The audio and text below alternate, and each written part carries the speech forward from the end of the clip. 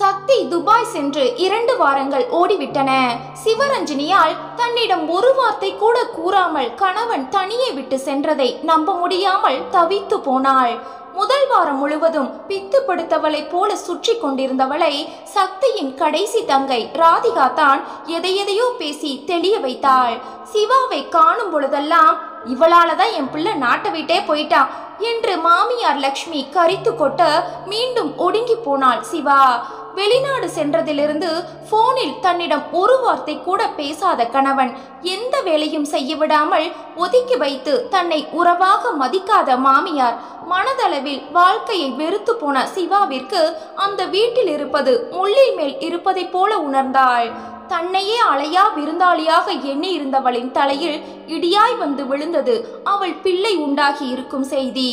அடிக்கடி சோர்ந்து போய் படுத்தவளை கண்டு சந்தேகம் கொண்ட மாமியார் லக்ஷ்மி அருகில் உள்ள சுகாதார ஆஸ்பத்திரிக்கு அழைத்து செல்ல 45 நாள் கருவை சுமந்திருப்பது தெரிய வந்தது. அன்றிலிருந்து லக்ஷ்மியிடம் சிறு மாற்றம் ஏற்பட்டது. தங்கள் குடும்ப வாரிசை சுமப்பவளை முன்பு போல வார்த்தையால் சாடாமல் அவரால் முடிந்த அளவுக்கு சிவாவை பார்த்து கொண்டார். அதுவரை பேசாத சக்தி கூட அவளை அழைத்து நலம் விசாரிக்க குழந்தைக்காகத்தானே என்று நினைத்தாலும் எதையும் வெளியில் காட்டிக்கொள்ளாமல் உள்ளுக்குள்ளேயே அடக்கி கொண்டாள். மசக்கையில் கணவனின் அரவணைப்புக்கு ஏங்கியவளை தாயாய் தாங்கிக் கொண்டாள் ராதிகா. கல்லூரி விட்டு வந்ததும் அன்றைய பொழுது நடந்த கதைகளை அளப்பதாகட்டும், அவள் ஆசைப்பட்டதை செய்து கொடுப்பதும், விடுமுறை நாட்களில் அவளை அழைத்து கொண்டு ஊர் சுற்றுவதாகட்டும், ஒரு நொடி கூட சிவா தனிமையில் இருப்பதாக உணரவிடாமல் செய்து கொண்டிருந்தாள் ராதிகா. முன்பு போல இல்லாமல் சக்தியும் அவ்வப்பொழுது நேரம் கிடைக்கும் போது சிவாவிடம் போனை கொடுக்க சொல்லி 2 வார்த்தைகள் பேச தொடங்கினான். 9ஆம் மாதம் நடுவில் அதிகாலை வேளையில் பெரும் சிரமத்திற்கு பிறகு சக்தியின் மகனை ஈன்றெடுத்தாள் சிவரஞ்சினி. பேரன் பிறந்ததை எண்ணி லக்ஷ்மிக்கு பெருமை பிடிபடவில்லை. அதுவும் தன் மகனை உரித்து வைத்ததை போல இருந்தவனை கண்டு ரெட்டிப்பு சந்தோஷம். போனில் அழைத்து விசாரித்த மகனிடம் பெருமை பேசியே ஓய்ந்து விட்டார் லக்ஷ்மி. அடுத்த 1 வாரத்தில் சிவாவின் கையில் புத்தம்புது கேமரா வைத்த மொபைல் போன் இருந்தது. தினமும் வேலை முடிந்த பின் விடுதிக்கு செல்லும் வழியில் சிவாவை அழைத்து பேசுவதை வழக்கமாக கொண்டிருந்தான் சக்தி. முன்பு சம்பிரதாயத்திற்காக நல்லா இருக்கியா, சாப்பிட்டியா என்ற அளவில் இருந்த பேச்சு போக போக மிக அந்யுன்யமாக மாறியது. அவர்களின் இந்த 2 வருட தொலைபேசி வாழ்க்கையில் சிறு ஊடல், சைவ கூடல் எல்லாமே போன் வழியாக அரங்கேறியது. அந்த சிறு சண்டையும் சக்தியிடமிருந்துதான் பிறக்கும். வேலையினால் ஏற்பட்ட அழுத்தத்தை சிவாவிடம் காட்டி சண்டை பிடிப்பவனிடம் எதிர் விவாதம் செய்யாமல் பொறுத்து போவாள் சிவா. போன மாதம்தான் ராதிகாவிற்கு செல்வத்துடன் திருமணம் நடந்தது. அந்த தேதியை விட்டால் அடுத்த 2 வருடத்திற்கு ராதிகாவிற்கு திருமண யோகம் இல்லை என்று ஜோசியர் கூற, சக்தியால் அந்த மாதத்தில் விடுப்பு எடுக்க முடியாத சூழல் உருவாக அவன் கலந்து கொள்ளாமலே திருமணம் நடந்தேறியது. விமானம் தரையை தொட சக்தியிடம் பரபரப்பு தொற்றிக்கொண்டது. தன் சொந்தத்தை பார்க்கும் அவளில் முண்டியடித்து செக்கிங்கை முடித்து கொண்டு முகம் கொள்ள சிரிப்புடன் கண்கள் தன்னவர்களை தேடி அலைப்பாய்ந்தபடி ட்ராலியை தள்ளிக்கொண்டு வெளியே வந்தவனின் காதுகளில் அண்ணா, மச்சான், மாமா என்ற ஆர்வ குரல் காதில் விழ, குரல் வந்த திசையை நோக்கி சென்றவனை சூழ்ந்து கட்டி கொண்டனர் அவன் தங்கைகள். பதிலுக்கு இறுக்கி அணைத்து கொண்டவனின் கண்கள் கலங்கி போக, இது அல்லவா சொர்க்கம் என்ற எண்ணம் தோன்றாமலும் இல்லை. அடுத்து தன் தங்கைகளின் கணவர்களை தனித்தனியே கட்டிக்கொண்டு நலம் விசாரித்தவன் பின் தங்கை குழந்தைகளையும் தூக்கி கொஞ்ச தவறவில்லை. சற்று ஆசுவாசம் அடைந்த பின் தான் தன் மகனும் மனைவியும் இல்லாததை உணர்ந்தவன் வெட்கம் கொண்டு தள்ளி நிற்கிறார்களோ என்று எண்ணி ஆவலுடன் எட்டி பார்க்க, அவன் மனம் அறிந்த ராதிகா, சிவாவும் அருணும் வரலனா என்று சற்று தயங்கிய குரலில் கூற, ஒரு நொடி சக்தியின் முகம் ஏமாற்றத்தில் சுருங்கியது. பின் மெல்ல சிரித்து, அதனால என்ன ராதிக்குட்டி, அதான் நீங்கெல்லாம் வந்திருக்கீங்களே, கிளம்பலாமா என்று சாதாரணமாக கேட்டவனின் உள்ளம் கோபத்தில் கொதித்து கொண்டிருந்தது. ஊருக்கு வருவதாய் முடிவு செய்த பிறகு தினமும் அவளிடம் போனில் பேசும்போதெல்லாம் கண்டிப்பாக ஏர்போர்ட் வர வேண்டும் என்று கட்டளையிட்டிருந்தான் சக்தி. அதை மதிக்காமல் அலட்சியம் செய்தவளின் மேல் சிறு கோபம் உண்டானது. அவர்கள் எடுத்து வந்த காரை பார்த்ததும் புரிந்துவிட்டது சக்திக்கு. இடப்பற்றாக்குறையால் தான் சிவா வரவில்லை என்று. அதனால் அவள் மீது இருந்த கோபம் சற்று மட்டுப்பட தன் மகனையும் மனைவியும் காணும் சந்தோஷத்தில் வழிநெடுகிலும் தன் தங்கைகளிடம் கதையடித்து கொண்டு வந்தான் சக்தி.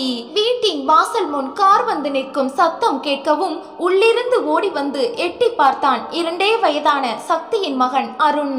தன் மகனை கண்ட நொடி காரில் இருந்து இறங்கிய சக்தி ஒரே எட்டில் அவனை கைகளில் அள்ளிக்கொண்டு தன்னுடன் இறுக்கி கொண்டவனின் உடல் ஒரு முறை சிலிர்த்து அடங்க, என் மகன், என் ரத்தம், என்னிலிருந்து தோன்றியவன் என்ற கர்வம் தலை தூக்க தன் கைகளில் திமிரிய மகனை விடாமல் முகம் முழுவதும் முத்தமழை பொழிந்தான் சக்தி. ஏற்கனவே வீடியோ காலில் பார்த்து பேசி இருந்தாலும் திடுதுப்பென்று தூக்கி கொஞ்சி அதீத அன்பை வெளிப்படுத்தவும் மிரண்டு போன பிள்ளை அவன் பிடியில் இருந்து இறங்க முற்பட முடியாமல் போகவும் வீறிட்டு அழ ஆரம்பித்தது. அப்பாடா தம்பி, இங்க பாருங்க, அப்பா என்ன வாங்கிட்டு வந்திருக்கேன் பாருங்க என்று கொஞ்சி ஆசை வார்த்தை கூறியும் சிறிதும் சமாதானமாகாத குழந்தை மீண்டும் பெருங்குரல் எடுத்து அழ அருகில் வந்த வெண்ணிலா அப்பாடி செல்லம் என்று அறிமுகப்படுத்த தன் அத்தையை கண்டதும் சக்தியிடமிருந்து திமிரி வெண்ணிலாவிடம் தாவிய குழந்தையை அதற்கு மேல் பிடித்து வைக்க முடியாமல் மனமில்லாமல் விட்டான் சக்தி. சக்திக்கு முகத்தில் அறை வாங்கிய உணர்வு. தன்னை விட தன் தங்கையை நாடும் குழந்தையை கண்டு உள்ளுக்குள் உடைந்து போனான். சக்தி வந்ததை அறிந்து வெளியே வந்த அம்மா லட்சுமி அவனை இறுக்கி அணைத்து கொண்டவர், என்ன தம்பி, எழச்சி கருத்து போய் வந்திருக்க என்று கண்களில் கண்ணீர் தழும்ப கேட்டவரை பதிலுக்கு அணைத்த சக்தி, அங்க ஓவர் வெயில்மா, நீ என்ன இப்படி எழச்சு போயிட்ட, எல்லா வேலையும் நீதான் செய்யறியா என்று அக்கறையாய் கேட்க அதற்குள் அக்கம் பக்கத்தினருக்கு சக்தி வந்த விவரம் தெரிய அங்கே சிறு கூட்டமும் கூடிவிட்டது. சமையலில் மும்முரமாயிருந்த சிவாவிற்கு அருணின் அலறல் சத்தம் கேட்க பதறியடித்து ஓடி வந்தவள் அங்கே நின்றிருந்த சக்தியை கண்டு சந்தோஷத்தில் அதே இடத்தில் நின்றுவிட்டாள். சக்தியும் கண்கள் மின்ன அவளைத்தான் பார்த்து கொண்டிருந்தான். 3 வருடங்கள், அதற்குள் எத்தனை மாற்றங்கள் அவளிடம்! முன்பு சிறு பெண்ணாய் கண்களுக்கு தெரிந்தவள் இன்று வளர்ந்த குமரியாய் மனதை சுண்டி இழுக்கும் அழகுடன் இருந்தவளை கண்டு தானாகவே அவன் உதடுகள் புன்னகையில் விரிந்தது. அதற்குள் கூட்டத்தில் இருந்த ஒருவர், சிவா இங்க வா, புள்ளைக்கு அப்பா யாருன்னு சொல்லி வளர்க்க மாட்டியா பாரு, ஆசையா தூக்க வந்த சக்தி கிட்ட போகாம அலறான் என்று குற்றப்பத்திரிகை வாசிக்க வேகமாக தன் மகனிடம் நெருங்கியவளை கண்டதும் அருண் மா என்று அழுதபடி அவள் கழுத்தை கட்டி கொண்டான். தன் அருகில் மகனை தூக்கி வைத்துக் கொண்டு நின்றிருந்த சிவாவை இறுக்கி அணைத்து கொள்ள பரபரத்த கையையும் மனதையும் கஷ்டப்பட்டு சக்தி அடக்கவும், வாங்க மாமா என்று மெல்லிய குரலில் கூறியவள் தன் மகனை தூக்கி கொண்டு உள்ளே செல்ல தன்னை கண்டதும் தன் அம்மா அளவுக்கு இல்லை என்றாலும் தன் நலத்தை விசாரிப்பாள் என்று எதிர்பார்த்தவனுக்கு அவளின் ஒட்டா தன்மை ஏமாற்றம் தர தொங்கி போன முகத்துடன் வீட்டிற்குள் நுழைந்தான். சக்தி வீட்டிற்கு வந்த விஷயம் தெரிந்த அருகில் உள்ள சொந்தங்கள் அவனை காண்பதற்காக வர அவர்களின் நலன் விசாரிப்பிலும் பேச்சிலும் மூழ்கி போனான் சக்தி. நிறைய சொந்தங்கள் வந்திருந்ததால் தடல்புடலாய் விருந்து நடக்க பம்பரம் போல இங்கேயும் அங்கேயும் சுழன்று வேலை பார்த்த சிவாவை தனிமையில் சந்திக்க முடியாமல் தவித்து போனான் சக்தி. மதியம் உணவு உண்ட பின் கை கழுவுவதற்காக தோட்டத்திற்கு சென்ற சக்தியின் பார்வையில் தன் மகனுக்கு சோறு ஊட்டி கொண்டிருந்த சிவா கண்ணில் படவும் சத்தம் போடாமல் அவர்களை நெருங்கியவன் பின்னால் இருந்து அவளை அணைத்து தன் நாடியை அவள் தோள் வளைவில் பதிக்க சிலிர்த்து போனாள் சிவா. இருந்தும், மாமா யாராவது பார்த்துட போறாங்க, உள்ள போங்க என்று நெளிந்தபடி கூறியவளை சிறிதும் மதிக்காதவனின் கைகள் அவள் வெற்றிடையில் கோலம் போட்டவாறே தன் மகனை கொஞ்ச தொடங்க உணர்ச்சியின் பிடியில் சிக்கி தவித்தவளின் காதுகளில் சக்தி என்று அம்மா அழைக்கும் குரல் கேட்டதும் துள்ளி குதித்து விலகி சென்றாள் சிவா. அன்றைய பொழுது முழுவதும் சிவாவை தனிமையில் சந்திக்க முடியாமல் தவித்து போன சக்தி இரவில் சிவாவுடன் தனிமையில் கழிக்க போகும் தருணத்திற்காக எதிர்பார்த்து காத்திருக்க இரவு உணவு உண்ட பின் தங்கள் அறைக்குள் நுழைய போனவனை தடுத்து நிறுத்தினாள் சிவா.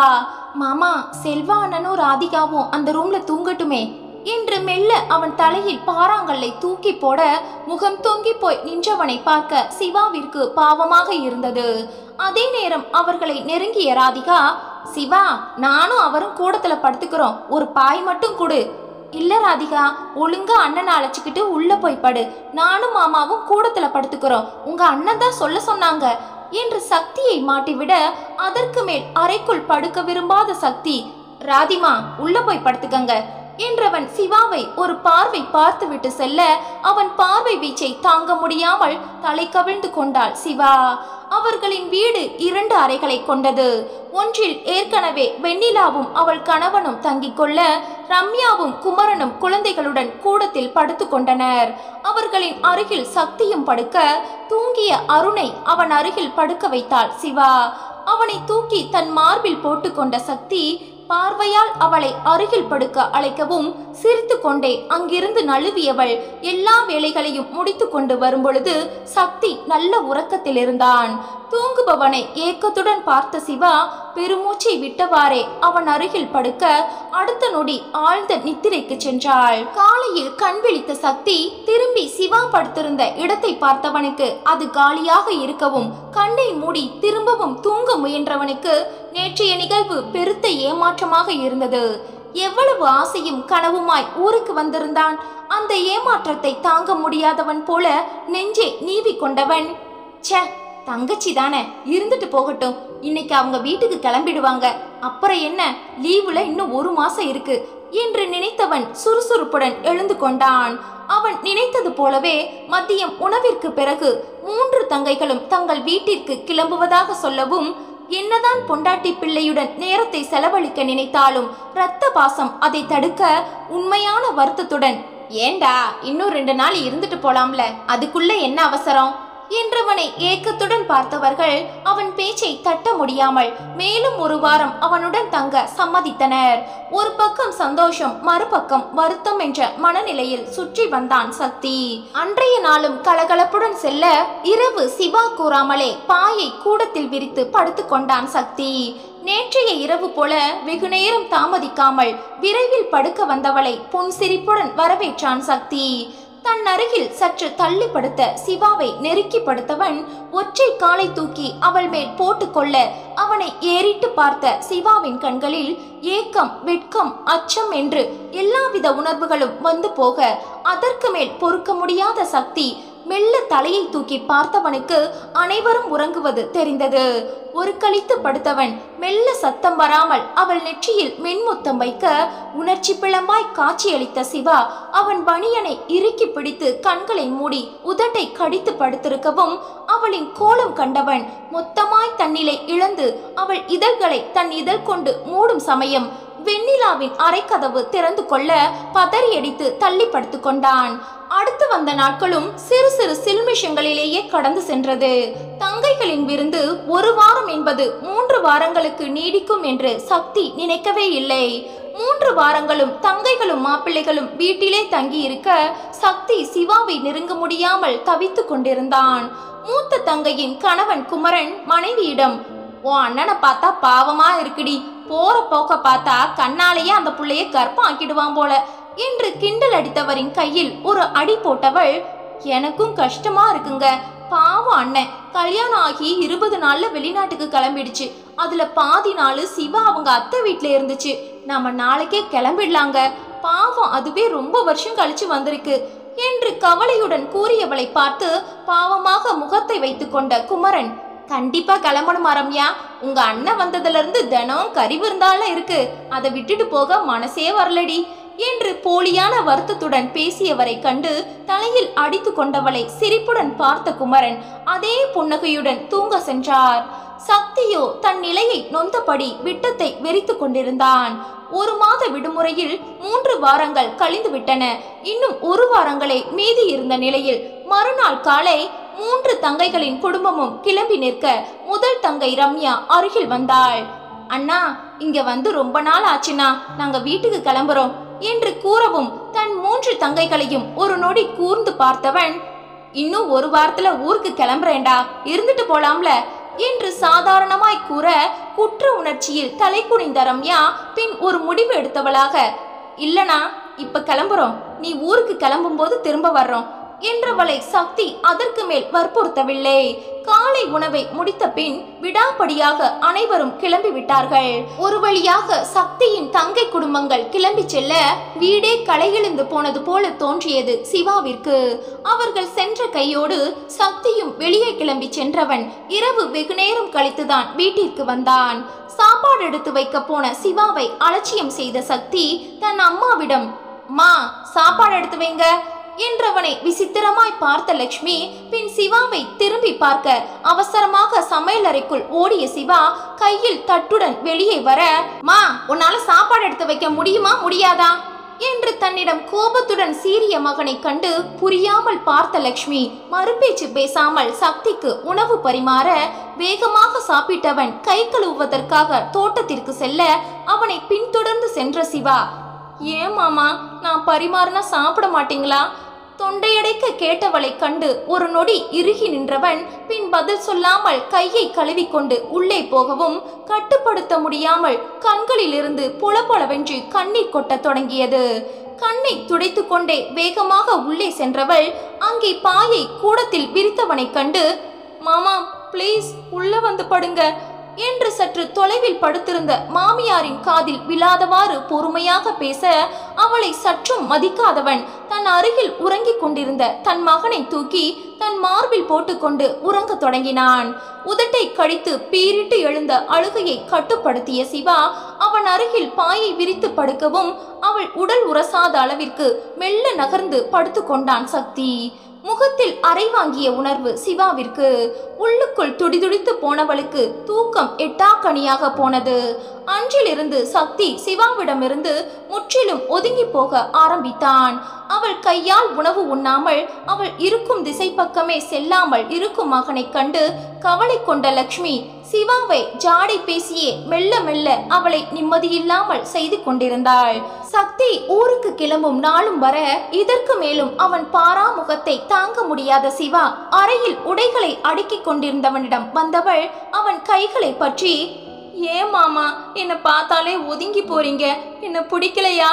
என்று கண்ணீர் வடுத்தவளை திரும்பி சில நொடிகள் ஆழ்ந்து பார்த்தவன் பின் தலையை குலுக்கி நக்கலாக சிரித்தபடி, "பா, என்னமா நடிக்கிற? இப்படி ஒன்னும் தெரியாதவ போல நடிச்சுதானே எங்க அம்மாவை ஏமாத்தி கல்யாணம் பண்ண வச்ச. அதே நடிப்புல மயங்கித்தானே உன்னை என் பொண்டாட்டியா ஏத்துக்கிட்டேன். இப்ப திரும்பவும் என் மேல பாசம் இருக்கிற மாதிரி எதுக்குடி உருகி உருகி நடிக்கிற?" என்று கோபத்தில் சீறியவனை கண்டு திகைத்து போன சிவா, "எதுவும் நடிப்புள்ள மாமா, உங்களை ரொம்ப பிடிக்கும் மாமா" என்று அழுக்குரலில் தொடங்கியவளை கண்டு, "ச்சே, நிறுத்து. உனக்கு என் மேல பாசமா? அதை நான் நம்பணும். எவ்வளவு ஆசையோட ஊருக்கு வந்தேன் தெரியுமா? நல்ல சாணியில முக்கி செருப்பால அடிச்சிட்டடி" என்று கோபத்தில் கொந்தளித்தவனை கண்டு நடுங்கியவள், "இல்ல மாமா, உங்களை ரொம்ப ரொம்ப பிடிக்கும்" என்றவளை நோக்கி அறைவதற்காக கையை உயர்த்திய சக்தி அவளின் பயந்த தோற்றத்தை கண்டு கையை கீழே இறக்கியவன், "எங்க அம்மா பொண்ணுங்க மேல கைய வைக்கிறது கோழைத்தனோன்னு சொல்லி வளர்த்துருச்சு. அதனால நீ தப்பிச்ச இல்ல? ஏய், உன் பின்னாடியே ஆசையா சுத்துறேன்னு தெரிஞ்சும் அதுல 1% கூட என் மேல ஆசையை காட்டலையே. எனக்கு உன்னை பார்க்கும் போதெல்லாம் இறுக்கி கட்டி பிடிச்சிக்கணும், உன் முந்தானைய பிடிச்சிக்கிட்டே சுத்தணும்னு ஆசையா இருந்துச்சுடி. நீ, நான், நம்ம குழந்தை 3 பேரும் தனியா இருக்கணும்னு ஏங்குனேன். 3 வருஷம் உங்களை எல்லாம் பிரிஞ்சு இருந்தத இந்த 1 மாசத்துல ஈடு கட்டணும்னு நினைச்சேன். ஏண்டி, அதுல ஒண்ணு கூட உனக்கு தோணல? ஒரு பார்வை பார்த்திருப்பியா? இல்ல சின்னதா ஒரு அணைப்பாது கொடுத்திருப்பியா?" என்று மனதில் உள்ளதையெல்லாம் கொட்டியவனை கண்டு தேம்பி அழ ஆரம்பித்த சிவா குரல் நடுங்க, "மாமா" என்று அவன் தோளை தொடவும் வேகமாக கையை தட்டி விட்டவன், "அப்படி கூப்பிடாதடி. நான் கூட முதல்ல கூட்ட இருக்கிறதால வெக்கப்படுறேன்னு நினைச்சுக்கிட்டு இருந்தேன். ஆனா அப்படி இல்லைன்னு பொட்டுல அடிச்சு காட்டிட்டடி. ஏன் மாமா இப்படி எல்லாம் பேசுறீங்க? நான் என்ன பண்ணேன்?" என்றவளை ஆத்திரத்துடன் பார்த்தவன், "சும்மா நடிக்காதடி. ஊருக்கு போறேன்னு சொன்ன தங்கச்சிங்களை நிறுத்தி வச்சது நீதான். அன்னைக்கு நீயும் ராதிகாவும் பேசினத நானும் கேட்டுட்டு தாண்டி இருந்தேன். ஊருக்கு போறேன்னு பிடிவாதமா இருந்த ராதிகா கிட்ட கால்ல விழாத குறைய கெஞ்சி இருக்க வச்சிருக்க. அது மட்டும் இல்ல, குமரன் மாமா கிட்டையும் கணேஷ் மாமா கிட்டையும் நான் தான் குலதெய்வம் கோவிலுக்கு போகணும்னு சொன்னதா சொல்லி இருக்க வச்சிருக்க. இதெல்லாம் எதுக்காக பண்ண? சொல்லுடி, சொல்லு" என்று இத்தனை நாள் மனக்குமரலை கொட்டியவனை கண்டு அதிர்ந்து போய் நின்றிருந்தாள் சிவா. சக்தி சொன்னதை போல இவள்தான் அனைவரிடமும் தனித்தனியாக கெஞ்சி கூத்தாடி நாத்தனார் மாமியாரிடம் பேசி சம்மதம் வாங்கினாள். என்ன சொல்வது என்று தெரியாமல் தலை குனிந்து நின்றவளின் தோள்களை பிடித்து உலுக்கிய சக்தி, வாயை திறந்து பதில் சொல்லடி, ஏன் இப்படி பண்ண என்று மீண்டும் சீறியவனை கண்ணீர் மல்க பார்த்தவளால் எதுவும் கூற முடியாமல் போக தலை கவிழவும், அப்படி இல்லை என்று ஒரு பேச்சுக்காவது சொல்லுவாள் என்று எதிர்பார்த்த சக்திக்கு பெருத்த அவமானமாக போக, நான் சொல்லவா, உனக்கு என் கூட குடும்பம் நடத்த பிடிக்கல, முக்கியமா என் கூட பிடிக்கல, அதான் அவங்கள சாக்கு வச்சு என்கிட்ட நெருங்க விடல என்றவனை சிவா அதிர்ச்சியாய் பார்க்க, ஆமாண்டி, ஒரு பொருள் பிடிக்காம போச்சுன்னா மற்றொரு பொருள் மேல ஆசை வந்துருச்சுன்னு தானே அர்த்தம். அப்ப என்ன நெருங்க விடலைனா என்ன அர்த்தம்? வேற எவனையோ உன்கிட்ட நெருங்க விட்டுருக்கன்னு தானே அர்த்தம். இத்தனை நாள் தான் பட்ட வேதனைக்கு அவளை காயப்படுத்த வேண்டும் என்ற வெறியில் வார்த்தைகளை அள்ளி வீசினான் சக்தி. அவன் வார்த்தைகளில் துடிதுடித்து போன சிவா பதில் எதுவும் பேசாமல் கண்களில் கண்ணீருடன் இயலாமையால் ஏற்பட்ட கோபத்தால் துடித்த உதட்டை கடித்தபடி சிறிது நேரம் அவனை வெறித்தவள் பின் அறையிலிருந்து வெளியேறினாள். அதன் பின் சக்தி ஊருக்கு கிளம்பும் வரை அவன் முன் வராமல் ஒதுங்கியே இருந்தாள். ஊருக்கு கிளம்பும் முன் தன் அன்னையிடமும் தன்னை வழியனுப்ப வந்த தங்கைகளிடமும் பிரியா விடை பெற்ற சக்தி சற்று தயங்கி சிவா இருந்த பக்கம் பார்க்க ராதிகா அதை பார்த்து விட்டாள். சிவா, என்ன பண்ற? அண்ணா கிளம்பிடுச்சு பாரு என்றவளுக்கு பதிலில்லாமல் போக, சக்திக்கு நான் என்ன கேட்டுட்டேன்னு ஓவரா சீன் போடுறா, தெரியாம பண்ணிட்டேன்னு மன்னிப்பு கேட்கறத விட்டுட்டு முறுக்கிட்டு நிக்கிறா. நான் என்ன எந்த உணர்ச்சியும் இல்லாத மிஷினா? எவ்வளவு ஆசையோட வந்தேன். சை, நினைச்சாலே வெறுப்பா இருக்கு. போடி போ, நீ எனக்கு வேணாம் என்று மனதில் கோபத்துடன் நினைத்தவன் தன் அன்னையின் கையில் இருந்த தன் மகனை தூக்கி கொண்டவன் அவன் அழுவதையும் பொருட்படுத்தாமல் அவன் கன்னத்தில் மாறி மாறி முத்தமலை பொழிந்துவிட்டு அம்மாவிடம் கொடுத்தவனின் கண்கள் கலங்கி போயின. சக்தி துபாய்க்கு சென்று 2.5 மாதம் கடந்த நிலையில் ஒரு நாள் உடை மாற்றுவதற்காக ஊரில் இருந்து கொண்டு வந்திருந்த பேக்கில் இருந்து ஒரு சட்டையை எடுத்து உதற படபடத்து கீழே விழுந்தது 4ஆக மடிக்கப்பட்டிருந்த காகிதம். யோசனையோடு அதை எடுத்து பிரித்தவனுக்கு முத்து முத்தாய் அழகான எழுத்துக்களால் மாமா என்று ஆரம்பித்ததை கண்டு புரிந்து போனது இது சிவாவின் கையெழுத்து என்று. இன்றுதான் முதல் தடவையாக அவள் கையெழுத்தை காண்கிறான். எவ்வளவு அழகான எழுத்துக்கள் என்று மனதில் நினைத்தவன் தன்னையும் மீறி அதை தடவி கொடுக்க அவன் கண்கள் இரண்டும் கலங்கி போயின. கட்டிலில் அமர்ந்து நிதானமாய் அந்த கடிதத்தை படிக்க தொடங்கினான் சக்தி. மாமா, இந்த லெட்டர் படிக்கிற சான்ஸ் உங்களுக்கு கிடைச்சா என் மனசுல இவ்வளவு நாள் பூட்டி வச்சத உங்களுக்கு தெரியப்படுத்த கடவுள் கொடுத்த வாய்ப்பா எடுத்துக்கிறேன். முதல்ல உங்ககிட்ட ஒன்று சொல்லணும் மாமா. சின்ன வயசுல என்னோட அப்பாவும் அம்மாவும் எப்படி இறந்து போனாங்கன்னு சொல்லிடுறேன். அவங்க 2 பேரும் ஒருத்தரை ஒருத்தர் லவ் பண்ணி கல்யாணம் பண்ணிருக்காங்க. அம்மா வீட்டு சைட்ல அவங்கள ஒதுக்கிட்டாங்க. எங்க அப்பா வீட்டுல அவங்கள ஏத்துக்கிட்டாங்க. ரொம்ப பாசமா இருந்தாங்களாம். எனக்கு 3 வயசு இருக்கும்போது ஒரு நாள் எங்க அப்பா எங்க அம்மாவை சந்தோஷமா இருக்க கூப்பிட்டாங்களாம். அப்ப அம்மாவுக்கு உடம்பு அசதியா இருந்ததால முடியாதுன்னு மறுத்திருக்காங்க. அதுக்கு கோபத்துல அப்பா, நான் இல்லாதப்ப எவன் கூடடின்னு தப்பா பேசியிருக்காங்க மாமா. அதுக்கு அம்மா மறுத்து ஒரு வார்த்தை கூட பேசலையாம். காலையில விடிஞ்சு பார்த்தா அம்மா தூக்குல தொங்கிட்டு இருந்தாங்களாம். அதை பார்த்து கதறி துடிச்ச எங்க அப்பா, அவ போன இடத்துக்கே நானும் போறேன்னு அவரும் தூக்க மாட்டிக்கிட்டாராம். இதெல்லாம் எங்க பாட்டி தான் எனக்கு சொன்னாங்க. அது மட்டும் இல்ல, எங்க அம்மா மாதிரி கோபத்துல நானும் ஏதாவது பண்ணிப்பேனோன்னு பயந்து கோபம் வராத மாதிரி எல்லாத்தையும் பொறுத்து போற மாதிரி தான் என்னை வளர்த்தாங்க. ஆனா எங்க அம்மாவோட குணம் எனக்கும் கொஞ்சம் வரும்ல. நீங்க அன்னைக்கு என்னை அடுத்தவன் கூட சேர்த்து வச்சு பேசும்போது ரொம்ப கோபம் வந்துச்சு மாமா. கோபத்துல கழுத்துல கயிறு மாட்டிப்போமான்னு கூட யோசிச்சேன். கல்யாணம் ஆகி 7 வருஷத்துக்குள்ள நான் செத்து போனா போலீஸ் உங்களை தானே பிடிக்கும். அதான் கஷ்டப்பட்டு அந்த எண்ணத்தை மாத்திக்கிட்டேன். இனிமே என்னை அடுத்தவன் கூட சேர்த்து வச்சு பேசாதீங்க மாமா. அப்புறம் என்ன சொன்னீங்க? 3 வருஷ வாழ்க்கைய 1 மாசத்துல வாழ்ந்துட்டு போகலாம்னு வந்தீங்களா? அப்ப எங்களை பத்தின கவலை உங்களுக்கு இல்லதானே மாமா? இப்ப என்ன, உங்க 3 வருஷ ஆசைய என் கூட நைட்டு தீத்துக்கிட்டு அடுத்த 3 வருஷத்துக்கு தேவையான சந்தோஷத்தை அனுபவிச்சுட்டு போனா போதுமா? எங்க கூடவே தூங்கி இருந்துச்சு உங்களுக்காக பார்த்து பார்த்து சமைச்சத என் கையாலேயே பரிமாறி உங்க கூட சேர்ந்து நம்ம குழந்தையோட ஒவ்வொரு நாள் வளர்ச்சியையும் பார்த்து சந்தோஷப்பட உங்களுக்கு ஆசையே இல்லையா மாமா? எதுக்காக நீங்க ஃபாரின் போனீங்க? என்னால ஏற்பட்ட கடனை அடைக்கிறதுக்கு தானே. அதை அடைச்சு ராதிகா கல்யாணத்தையும் நல்லபடியா முடிச்சாச்சே.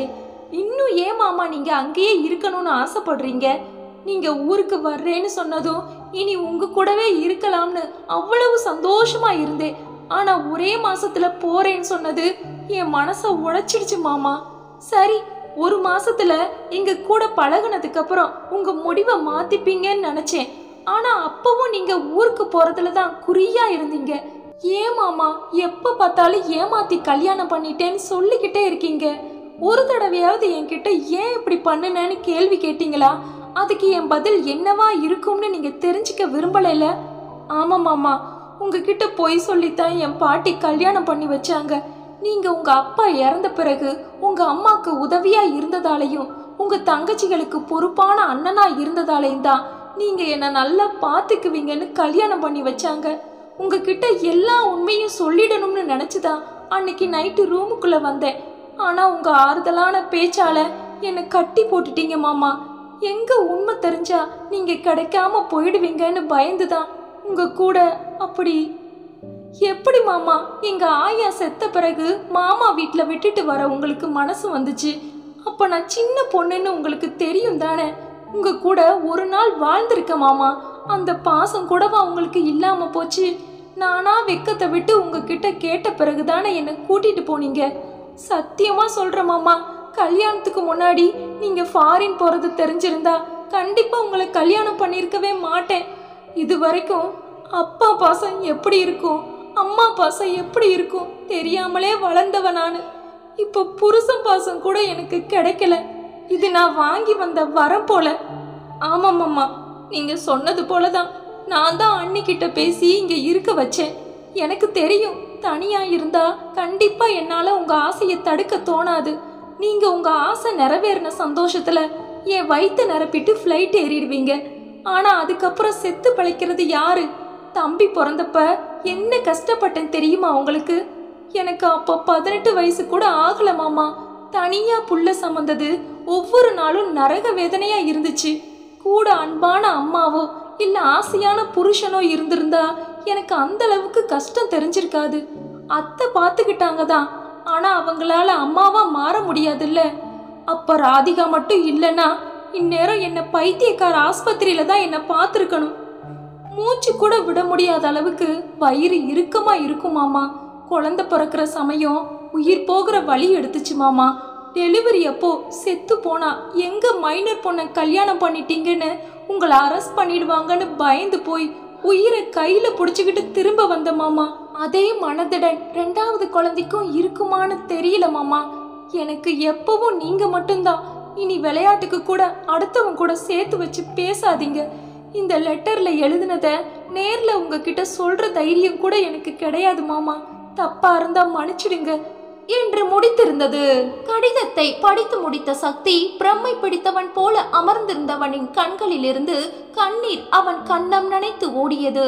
மீண்டும் மீண்டும் அவள் கடிதத்தை அசை போட்டு பார்த்தவனுக்கு சிறு பெண் தன்னையே சொந்தம் என்று நம்பி வந்தவளுக்கு ஆறுதலா இல்லாமல் முகம் திரும்பியதை நினைத்து தன்மேலே வெறுப்பு வர குளியலறைக்குள் நுழைந்து கொண்டவன் தன் கோபம் தீரும் வரை வழக்கை முட்டியை சுவற்றில் குத்தி குத்தி தன் கோபத்தை அடக்க தொடங்கினான். அடுத்த ஒரு வாரம் கழித்து வீட்டில் மார்கழி மாதம் என்பதால் கலர் கோலம் போடுவதற்காக அதிகாலையிலே கண் விழித்த சிவா மகனையும் அழைத்து கொண்டு வாசலுக்கு வந்தவள் அழகிய அன்னப்பச்சி கோலம் போட்டு அதற்கு வண்ணம் தீட்டிக் கொண்டிருக்க அவள் அருகில் குத்து காலிட்டு அமர்ந்திருந்த அருண் திடீரென்று அப்பா என்று அழைக்க சிரிப்புடன் அருணை நிமிர்ந்து பார்த்த சிவா, போட தம்பி, அப்பா வந்திருந்தப்ப அவர் கிட்டையே போல. தம்பி அப்பா கிட்ட பேசலன்னு கோச்சுக்கிட்டு போயிட்டாங்க. நீ பாட்டி போன்ல இருந்து அப்பா கிட்ட பேசி சாரி கேளு, சரியா என்று கூறியவள் மீண்டும் கலர் அடிப்பதில் மூழ்கிவிட சில நொடிகள் சென்ற பின்னர் அப்பா என்று கூவியபடி ஓடிய அருணை கண்டு திகைத்து போன சிவா திரும்பியவள் அதிர்ச்சியில் உறைந்து போய் நின்றிருந்தாள். மலிக்கப்படாத தாடியுடன் சோர்வு முகத்தில் தெரிந்தாலும் தன்னை நோக்கி ஆவலுடன் ஓடி வந்த மகனை முகம் நிறைய புன்னகையுடன் வாரி அணைத்து கொண்டான் சக்தி.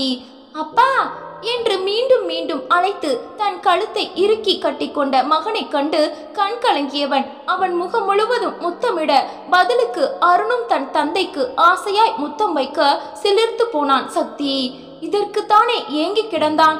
இந்த உலகையே வென்றுவிட்ட ஆனந்தம் அவனிடம் வந்ததிலிருந்து தன்னையே வைத்த கண்ணெடுக்காமல் பார்த்தவளை கண்டு முறைத்தவன் தன் மகனை தூக்கி கொண்டு வீட்டிற்குள் நுழைய, பாட்டி பாட்டி, அப்பா அப்பா என்று சந்தோஷ குரல் கொடுத்து லட்சுமியை அருண் எழுப்பவும் அலங்கமலங்க எழுந்தவர் அங்கே நின்றிருந்த மகனை கண்டு பதட்டமடைந்தவராக, தம்பி என்னப்பா சொல்லாம கொள்ளாம வந்திருக்க, ஏதாவது பிரச்சனையா என்று பதறவும் தன் அம்மாவை நெருங்கிய சக்தி, ஐயோ அம்மா நீ டென்ஷன் ஆகாத, பிரச்சனை எல்லாம் எதுவும் இல்லை, அங்க வேலை பார்த்தது போதும்னு வந்துட்டேன் என்றவனை மீண்டும் நம்பாமல் பார்த்தவளுக்கு, உண்மையத்தான் சொல்றம்மா, உங்க எல்லாருக்கும் சின்ன அதிர்ச்சி கொடுக்கலாம்னு தான் நான் சொல்லல, நீ போய் தூங்கு என்றவனை பார்த்து பெருமூச்சு விட்டவர், இப்பதான் எனக்கு நிம்மதியா இருக்கு தம்பி, ஒத்த பிள்ளைய வச்சிருக்கேன், அதுவும் கூட இல்லாம இருக்கிறது கொடுமடா. எங்க இனி தூங்குறது, பால் கறக்க நேரம் ஆச்சு என்றபடி கொள்ளையை நோக்கி போனவரை தடுத்து நிறுத்திய சக்தி, அம்மா நீ போய் வேற வேலை இருந்தா பாரு, நான் போய் பால் கறந்துட்டு வரேன். அவர் தடுக்க தடுக்க பாத்திரத்தை எடுத்துக்கொண்டு கொல்லைக்கு சென்றான். சிவாவிற்கு இன்னும் அவன் வந்ததை நம்ப முடியவில்லை. ஊருக்கு சென்று 3 மாதங்கள் கூட முடியாத நிலையில் அங்கே தன் அன்னையிடம் மொத்தமாக இங்கே வந்து விட்டதாக சக்தி கூறவும் சிவாவின் கண்களிலிருந்து சந்தோஷத்தில் கண்ணீர் வழிய விவரிக்க முடியாத மனநிலையில் இருந்தாள் சிவா. 5 வருடம் கழித்து சக்தி அந்த தார்ச்சாலையில் ஸ்கூட்டியை அதிவேகத்தில் ஓட்டிக்கொண்டிருக்க அவன் பின்னால் உட்கார்ந்திருந்த சிவா அவன் முதுகை கிள்ளியபடி, இப்ப எதுக்கு மாமா பறக்குறீங்க என்று சிடுசிடுக்கவும் வண்டியை ஓட்டிக்கொண்டே, பஸ் கிளம்பிடுண்டி, அடுத்த பஸ் வர இன்னும் 1/2 மணி நேரம் ஆகும் என்றவன் மேலும் வேகத்தை கூட்ட, அப்பா இன்னும் ஸ்பீடா போங்க என்று உற்சாக குரல் கொடுத்தான் முன்புறம் உட்கார்ந்திருந்த அருண். ஆமா, என்னை கிளப்பி விடுறதுல அப்பாவுக்கும் பையனுக்கும் ரொம்ப சந்தோஷம், என்னை நினைச்சு கொஞ்சமாவது ஃபீலிங்ஸ் இருக்கா என்று மூக்கை சிந்தியவளை கண்டு தலையாட்டி சிரித்து கொண்டே சக்தி, என் பையன் கிட்ட கத்துக்கோடி எப்படி அழாம ஸ்கூலுக்கு போகணும்னு, எப்ப பாரு காலேஜ் கிளம்பும் போது அழுகாச்சி சீன் கிரியேட் பண்றது, அதான் நீ இல்லாம நாங்க ஹாப்பியா இருக்கோம்னு தெரியுதுல்ல, எதுக்கு வார வாரம் இதை கேட்டு பல்பு வாங்குற என்ற சக்திக்கு பதில் கூறாமல் முகத்தை தூக்கி வைத்து கொண்டே வந்தாள் சிவா. சிவரஞ்சினி தஞ்சாவூரில் உள்ள அரசு கல்லூரியின் விடுதியில் தங்கி B.Ed இறுதி வருடம் படித்து கொண்டிருக்கிறாள். வார வாரம் வெள்ளிக்கிழமை இரவு வீட்டிற்கு வந்தாள் என்றால் திங்கட்கிழமை காலையில் கிளம்பி சென்று விடுவாள். இப்பொழுதும் கல்லூரி செல்வதற்காகத்தான் பேருந்து நிறுத்தத்தை நோக்கி குடும்பமாக சென்று கொண்டிருக்கிறார்கள். இன்னும் 2 மாதத்தில் அவள் படிப்பு முடிந்துவிடும். அதற்கு பிறகு அரசு பள்ளியில் வேலை கிடைக்கும் வரை அருகில் உள்ள பள்ளியில் வேலை செய்ய திட்டமிட்டிருந்தார்கள் சக்தியும் சிவாவும். சிவாவின் சிந்தனைகள் 5 வருடத்திற்கு முன் சக்தி ஊருக்கு வந்த நாளுக்கு சென்றது. அன்றிரவு 11 மணி தாண்டிய பிறகு வீட்டிற்கு வந்த சக்தி சாப்பிட்ட பின் தங்கள் அறையில் தூங்கிக் கொண்டிருந்த மகனின் அருகில் சென்று படுக்கவும் கதவை சாத்திவிட்டு வந்த சிவா அவன் அருகில் படுக்க அடுத்த நொடி அவன் கையணைப்பில் இருந்தாள். தன்னை இறுக்கி அணைத்துக் கொண்டு படுத்திருந்தவனை கண்கள் பணிக்க ஏறிட்டு பார்த்தவளை கண்டும் காணாததை போல இருந்தவனை கண்டு, மாமா பேச மாட்டீங்களா என்று குரல் பிசற கேட்டவளை மேலும் தன்னோடு இறுக்கி கொண்டவன், நான் அம்மா கிட்ட போய் சொன்னேன், 10 நாள்ல கிளம்பி போயிடுவேன், அதுவும் உன் வயித்தை நிரப்பிட்டு போலாம்னு இருக்கேன், அதனால கிட்ட வராத என்று சத்தம் வராமல் சீரவும் தான் எழுதிய கடிதத்தை படித்துவிட்டு அதுவும் தனக்காக அங்கிருந்த வேலையை விட்டு வந்திருக்கிறான் என்ற நினைப்பே சிவாவிற்கு உலகை வென்ற உணர்வை தர அவனை கட்டி கொண்டு, சாரி மாமா, எனக்கு நீங்க என் பக்கத்திலே இருக்கணும், என் கடைசி மூச்சு போறப்ப உங்க முகத்தை பார்த்துக்கிட்டே போகணும் மாமா, உங்களை எனக்கு அந்த அளவுக்கு பிடிக்கும் மாமா என்று கதறியவளை கண்டு அவன் கண்களும் கலங்கிவிட, சாரிடி, அன்னைக்கு ஏதோ ஒரு கோபத்துல தப்பா பேசிட்டேன்டி என்று புலம்பியவனை சிவா இறுக்கி அணைத்து கொண்டே, உன்னை விட்டா எனக்கு யாரும் கிடையாது மாமா, இனி அப்படி பேசாத என்று கதறியவளின் முதுகை வருடி கொடுத்தவனுக்கு தன்னை நினைத்தே கேவலமாக இருந்தது. டெலிவரி அப்போ ரொம்ப கஷ்டப்பட்டியா என்று மென்குரலில் அவன் கேட்க கண்ணீர் நிறைந்த கண்களுடன் அவனை நிமிர்ந்து பார்த்தவள் ஆமாம் என்று தலையாட்டினாள். தம்பி தலை பெருசா இருந்ததால வெளியில வர ரொம்ப சிரமப்பட்டுச்சு, அப்புறம் அந்த இடத்துல கொஞ்சம் கீறி, அது வழக்கமா சில பேருக்கு பண்றதுதான், ஆனா நம்ம காட்டினது கவர்மெண்ட் ஆஸ்பத்திரியில, அவங்க என் வலிய மதிக்கவே இல்லை மாமா, உயிரே போயிடுச்சு தெரியுமா, நான் சாகக்கூடாதுன்னு சொல்லிக்கிட்டே இருந்த மாமா என்று சிவா கூறவும் வியர்த்து போய் ஸ்தம்பித்து படுத்திருந்தவனின் உடல் இறுகி அவள் பட்ட வழியை கற்பனை செய்து பார்த்தவனுக்கு நெஞ்சை அடைப்பது போல இருக்க சட்டென்று எழுந்து ஜன்னலின் கம்பிகளை இறுக்கி பிடித்து இருட்டை வெறிக்க ஆரம்பித்தான். சாரி மாமா, உங்களை கஷ்டப்படுத்த சொல்லல, சாரி. எப்படி சமாதானப்படுத்துவது என்று தெரியாமல் தயங்கி நின்றவளை திரும்பி பார்த்தான் சக்தி. முடி களைந்து முகம் அழுததால் வீங்கி போய் கண்களில் ஒருவித தவிப்புடன் நின்றிருந்தவளை பார்க்க வளர்ந்த குழந்தையாகவே சக்தியின் கண்களுக்கு தெரிந்தாள். அவளை இழுத்து அணைத்து கொண்டவன் அவள் தலையில் தன் கண்ணம் பதித்து, நடந்ததை இனி மாத்த முடியாதுடி. ஆனா என்ன நினைச்சே எனக்கு அருவருப்பா இருக்கு சிவா.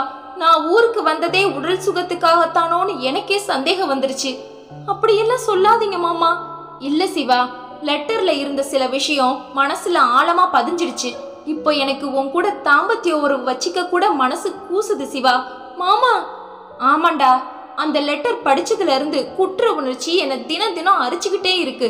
இதுல இருந்து வெளியில வரணும்னா அது ஒன்னால மட்டும்தாடா முடியும் என்று முடிப்பதற்குள், என்ன மாமா செய்யணும் சொல்லுங்க, கண்டிப்பா செய்யறேன் என்று உறுதியாய் கூறியவளை அழுத்தமாக பார்த்தவன், நீ படிக்கணும் சிவா. நீ பாதியில விட்ட படிப்பை தொடரணும். படிக்கிறியா? சொல்லு, எனக்காக படிக்கிறியா என்று கண்கள் மின்ன கேட்டவனை திகைத்து போய் பார்த்தவள், மாமா அதை விட்டு பல தூரம் வந்துட்டேன் மாமா. எனக்கு படிப்பு வேணாம் மாமா. உங்க கூட உங்களுக்கு வேண்டியதை செஞ்சு நல்ல பொண்டாட்டியா இருக்கத்தான் எனக்கு ஆசை. படிப்பு வேணாம் மாமா. இல்லடி, நீ படிக்கிற. சக்தி இல்லைன்னா சிவன் இல்லைன்னு சொல்லுவாங்க. ஆனா என் சிவா எப்பவும் யாரையும் நம்பி இருக்க கூடாது, புரியுதா? எந்த காலத்துக்கும் தப்பான முடிவு எடுக்க உனக்கு எண்ணமே வரக்கூடாது. அதுக்கு படிப்பு ரொம்ப முக்கியம் என்று நிறுத்தியவன் பின், அது மட்டும் இல்ல, நீ படிச்சு முடிச்சாதான் இனி நான் உன்னை தொடுவேன். இது ஏன் மேல சத்தியம் என்றவனை சிவா தடுப்பதற்குள் தன் தலையில் அடித்து சத்தியம் செய்தவன் பின் தன்னிடம் இருந்து சிவாவை விலக்கிவிட்டு தன் மகன் அருகில் சென்று படுத்து கொண்டான். அன்றிரவு முழுவதும் தூங்காமல் பலவித யோசனையில் மூழ்கி இருந்தாள் சிவா. காலையில் வயலுக்கு கிளம்பிய சக்திக்கு காஃபியை நீட்ட அதை வாங்காமல் அவள் முகத்தை கேள்வியாய் பார்க்க, படிக்கிற மாமா என்று முகம் மலர கூறியவள், உங்களுக்காக மட்டும்தான் என்று சேர்த்து சொல்லவும் சக்தியின் முகம் புன்னகையில் விரிந்தது. அதற்கு பின் லட்சுமியிடம் பெரும் போராட்டத்திற்கு பின் சம்மதம் வாங்கினான் சக்தி.